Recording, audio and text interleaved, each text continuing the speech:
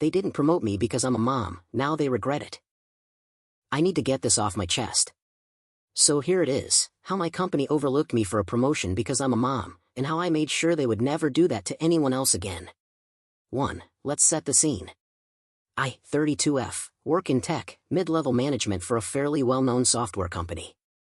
I've been with this company for 7 years. I started as an entry-level QA analyst and worked my butt off to climb the ladder.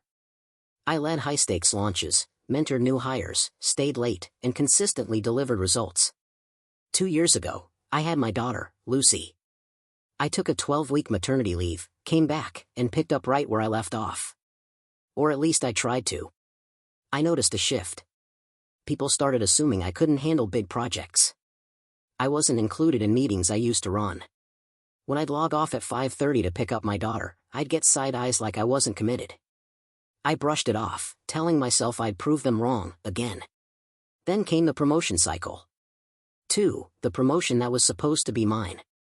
My boss, let's call him Chris, pulled me into a one-on-one and said I was being considered for the open senior manager position. He said I had all the qualifications and the experience. I knew I had a shot. Everyone in my department told me, "You're a shoo-in.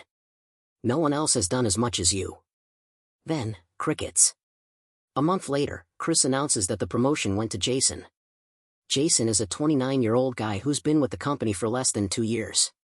He's good at presentations, sure, but I trained him. He's never led a team. He's never been on a launch. He even asked me for help writing his last performance review. I was stunned. I asked Chris directly why I wasn't chosen. His answer? We just thought Jason would have more flexibility with his time. He doesn't have the same outside responsibilities, you know, with you being a mom now. Excuse me. I sat there frozen while he smiled like he'd just said something reasonable. I wasn't even angry yet, I was just shocked at how openly biased it was. 3. Q. The petty era. So I smiled. Nodded. Said thanks for the feedback. But in my head, I was already planning my next move.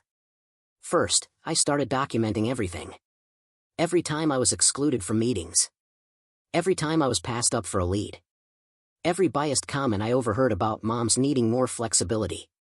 Every time Jason asked me to fix something he was supposed to know. Then, I quietly began applying elsewhere. Meanwhile, I volunteered for one last major project, a back-end overhaul that was a nightmare waiting to happen. Nobody wanted it. I took it, crushed it, and presented it to the executive team alone. Jason couldn't understand half of it. The CTO was impressed. She even said, "Why aren't you a senior manager yet?" Great question. 4. I got a new offer, and a plan.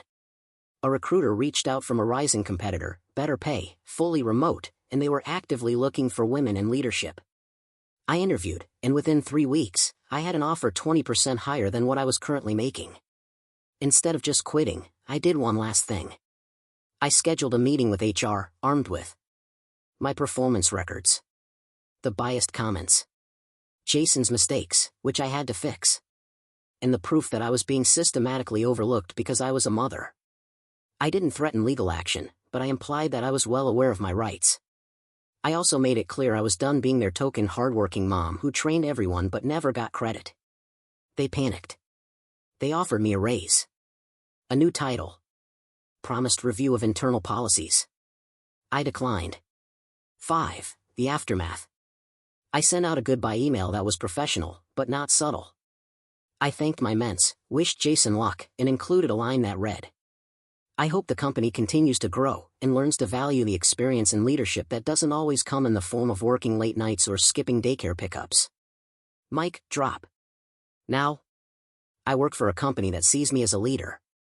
I'm home for dinner. I'm not burned out. And guess who messaged me 2 months later? Jason. Asking if we had any openings. TLDR. I wasn't promoted because I was a mom. So I documented everything, crushed a project, got a better job, and left my old company scrambling to cover the hole I left behind. Now they know not to underestimate a working mother. Update: they didn't promote me because I'm a mom, now they regret it.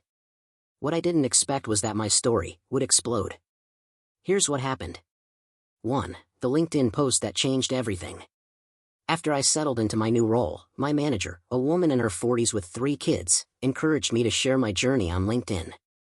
I wasn't going to at first. I'm a pretty private person, but I figured, what's the harm? I wrote a version of my story without naming names. How I was told I didn't get promoted because of outside responsibilities. How I trained the person who was promoted over me. How I found a company that values working parents. And how I left behind a toxic environment with no regrets. I ended it with this line. Mothers don't lack ambition. We lack fair opportunities. Hire us, promote us, and watch what we can do. That post? It blew up. 2. The ripple effect. Within 48 hours. Over 300,000 views. Thousands of likes, comments, and shares. Dozens of other working moms and parents shared their stories. Senior leaders from other companies started weighing in, saying things like, "This kind of bias is more common than we admit. Thank you for speaking up." People tagged their HR reps, people called out their companies, bravely, I might add. And one comment that stuck with me said, "You made me realize I'm not crazy, and that I deserve better too." 3. The industry notices. 3 weeks after the post went viral, my inbox started filling up. Not just with recruiters, but with a Fortune 500 company asking me to speak at their Women in Tech event. A DEI consultant asking to include my story in a corporate training module. An invite to join a working moms advisory board that consults for startups. And the best part? An anonymous account sent me a screenshot from my old company's internal Slack. They were having a full-blown emergency HR meeting because employees suspected my story was about them. Apparently Jason, yes, that Jason, quit. Rumor is he wasn't ready for the role, and he knew he didn't earn it. 4. What I'm doing now. Since that post, I've helped 3 other women negotiate raises and promotions. Mentored 2 moms who were ready to quit their toxic jobs. Started drafting a blog series on invisible bias in tech. Begun conversations with my new company's leadership to create a formal support program for working parents. I didn't just get out of a bad situation, I'm helping change the system that allowed it to happen in the first place. 5. One last twist. Remember that old boss of mine? Chris? He sent me a connection request on LinkedIn last week. I didn't accept. TLDR. My story about being passed over for a promotion because I'm a mom went viral on LinkedIn. It sparked conversations across the tech industry, exposed my old company's behavior, and gave me the platform to help others avoid what I went through. Funny how being underestimated can turn into a movement.